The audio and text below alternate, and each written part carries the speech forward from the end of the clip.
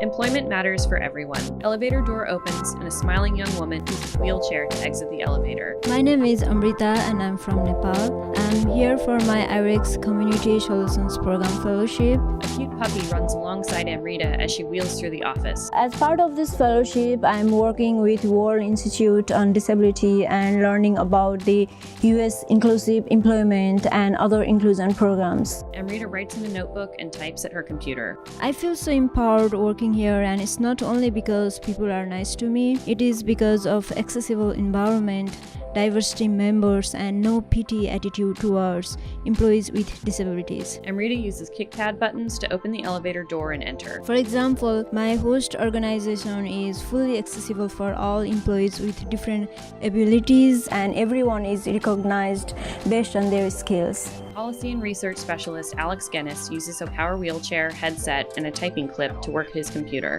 In Nepal, I don't think I have seen a quadriplegic person working as an employee at workplace like my colleague Alex. People with disabilities are often incredibly intelligent, incredibly insightful, and employers just need to recognize, number one, this person can work, they can work well, and number two, they can actually bring something really vibrant. Managing Director Tom Foley plays with his guide dog in his office, then puts her in her work harness. I think sometimes employers, they're just used to what they're used to. They see someone in a wheelchair, they see a blind person, and they think, oh my God, I could never do that. And they really don't know the education or the abilities or the resources of that person. And they take that bias into hiring, they take that bias into supervising, they take that bias into managing. Once somebody's worked with a qualified person with a disability for a while, they see that they have all the talents, all the skills, and all the motivation of their other employees. And usually, almost without exception, we see that employers can come around once they've been exposed to what people with disabilities can do. It proves that it is the inaccessible accommodation and negative attitude that make us disabled, not the person. Amrita types at her computer, talks on the phone, picks up papers from the copier, and pets the puppy while speaking with a coworker. In my country, the main obstacles we face are inaccessible workplace, negative attitude, lack of adaptive technologies, lack of access to education, skills, and professional development training. The root causes of these barriers are due to lack of awareness and education on disability, negative cultural and religious beliefs, and misrepresentation of disability by the media. For example, we are still viewed as incapable and unproductive members in our society. Another example, some religious notions are disability is a past sin or bad karma, and I have been told that many times in Nepal.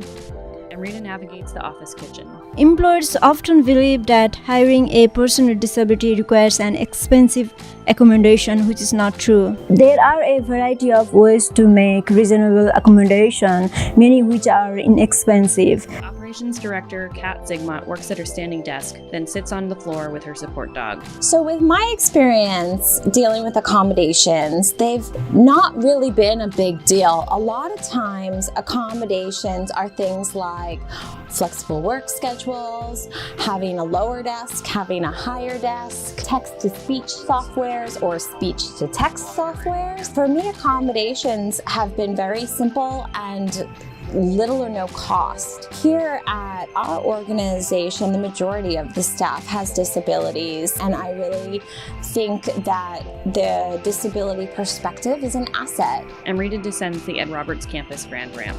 You should not discriminate someone based on their disability if they are qualified for your job.